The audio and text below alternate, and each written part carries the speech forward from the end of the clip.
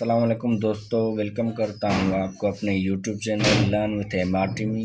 दोस्तों, आज हमारा एमटीकेट का लेक्चर नंबर 1 है, जिसमें हम डिस्कस करेंगे फिज़िकल क्वांटिटीज़। तो फिज़िकल क्वांटिटीज़ क्या होती है वो डिस्कस करेंगे। Physical quantities, those quantities which can be measured are called physical quantities.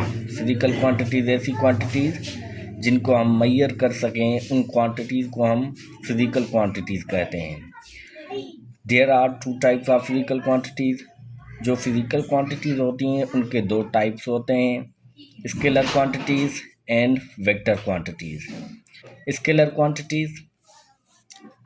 Quantities definition discuss करें तो scalar quantities are those quantities which can be specified by magnitude and a unit are called scalar quantities. Scalar quantities ऐसी quantities होती हैं जिनको magnitude और unit की ज़रूरत पड़ती हो, उन क्वांटिटीज़ को हम स्केलर क्वांटिटीज़ कहते हैं। मीन्स स्केलर क्वांटिटीज़ ऐसी क्वांटिटीज़ होती हैं जिनके पास मैग्नीट्यूड और यूनिट होता है, उन क्वांटिटीज़ को हम क्या कहते हैं? स्केलर क्वांटिटीज़ कहते हैं।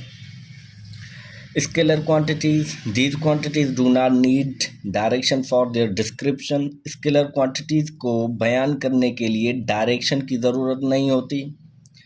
These quantities can be added, subtracted, multiplied and divided by simple rules of algebra. Scalar quantities जो होती हैं उनको अलजेब्रा के रूल्स के ज़रिए ऐड भी किया जाता है, सब्ट्रैक्ट भी किया जाता है, मल्टीप्लाइड एंड डिवाइड भी किया जाता है। These quantities do not obey law of vector addition. जो भी स्केलर क्वांटिटीज़ होती हैं वो वेक्टर एडिशन के लॉ को ओबे नहीं करती। एग्जाम्पल्स वर्क, इलेक्ट्रिक फ्लक्स, मास, वॉल्यूम, ये सब स्केलर क्वांटिटीज़ होती हैं। दोस्तों, नोट करने वाली ये पॉइंट है, जो करंट है वो भी स्केलर क्वांटिटी होती है। करंट स्केलर क्वांटिटी होती है। करंट के पास मैग्नीट्यूड भी होता है, यूनिट भी होता है और डायरेक्शन भी होता है, तब भी वो स्केलर क्वांटिटी होता है, क्योंकि current law of vector addition को कभी भी ओबे नहीं करता, इसलिए करंट स्केलर क्वांटिटी होता है। कैसे दोस्तों?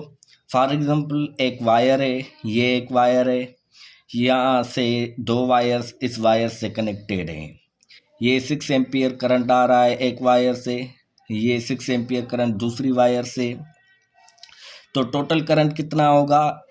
12 एम्पियर, 12 एम्पियर करंट होगा। तो दोस्तों, अगर ये एडिशन वेक्टर लॉ की एडिशन नहीं है, अगर वेक्टर्स में हम इसे ऐड करते तो 6 + 6 स्क्वायर 6 स्क्वायर में ऐड करके जवाब निकाल लेते हैं हम, 36 + 36 में ये जवाब आता।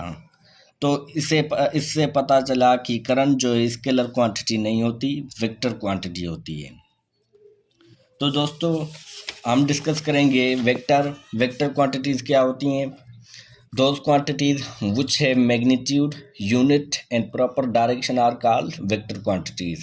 ऐसी क्वांटिटीज़ जिनको स्पेसिफाई करने के लिए, मेजर करने के लिए मैग्नीट्यूड, यूनिट और प्रॉपर डायरेक्शन की ज़रूरत हो, उन क्वांटिटीज़ को हम वेक्टर क्वांटिटीज़ कहते हैं।